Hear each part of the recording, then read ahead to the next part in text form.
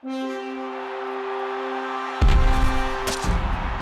I'm Hub Arkush for Pro Football Weekly, here with our Sunday night preview, one of the best games of the week. And now, hopefully this isn't going to be too much Arkush for you all, as I'm joined on my right by associate editor and, of course, the correspondent for the Houston Texans, Arthur Arkush, who I know you've been wondering, yes, is my middle son. And to his right is Uncle Dan, our executive editor, Dan Arkush. Dan covers the Green Bay Packers. He's my big brother. And guys, we've got a big football game here. This one's really worth getting excited about. You've got the Green Bay Packers in a dire situation. The Houston Texans, some people, Arthur, calling the best team in the NFL, certainly in the AFC. But you got to start by talking about the loss of Brian Cushing.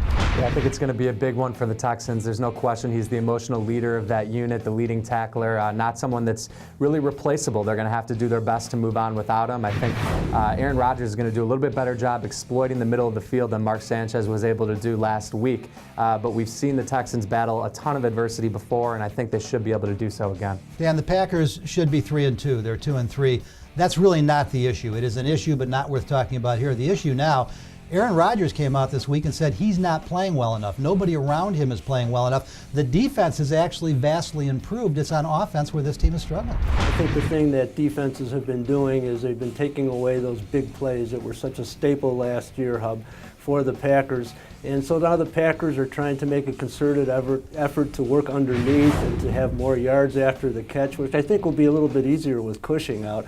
But I think a big factor on that offense now is they've got a big injury too, losing Cedric Benson. So now the onus is on Alex Green more than any other Packer to pick up the slack, and that's going to be a key.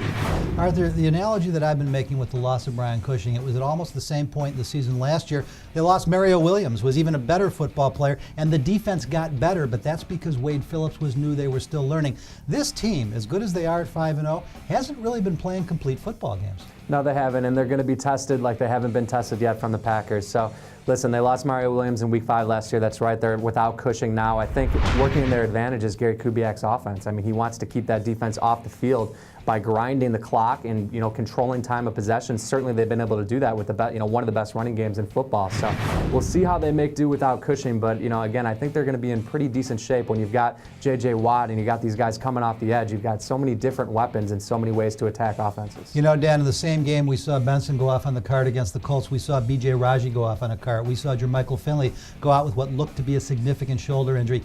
At this time when the Packers are in arguably a must-win game, besides Aaron Rodgers, who's the obvious, who do you see stepping up here Sunday night? Well, I think in the past the Packers have done very good under adverse conditions and situations. So I'm gonna give them one last chance in my mind to kind of come through on a national stage. So I kind of like the Packers here. All right, Arthur, you've got the Houston Texans on their beat, but is this where they get stopped? It's hard to win 6 games in a row. It is, but I think they're going to find a way. I saw a Packers offense that was out of sorts last week. Only the Arizona tandem of Kevin Kolb and John Skelton has been sacked more than Aaron Rodgers. That could be a recipe for disaster against this Texans defense. I think it's going to be a close one, but I think the Texans find a way to remain undefeated. All right, guys, I'm working the game for Dial Global. As I think I've said, I'm not going to take a pick on the game, but one more quick question I've got to ask each of you. How long do the Texans stay undefeated? Well, it's a great question. I'll tell you, they've got Baltimore coming in the week after Green Bay. They've struggled with the Ravens in the past, so I think maybe they go to 6-0, find a way to win on Sunday, then suffer that first loss against the Ravens. Do the Packers make it all the way back to the playoffs? Oh boy, I'm not sure, but I like them in this game, and I think they have to win in order to make it back to the playoffs. So I think the Texans will be with one loss after this game. All right, guys, that's going to do it for our Sunday night preview. For all the best in news, notes, and analysis, everything you want in the world of professional football, stay right where you are at ProFootballWeekly.com.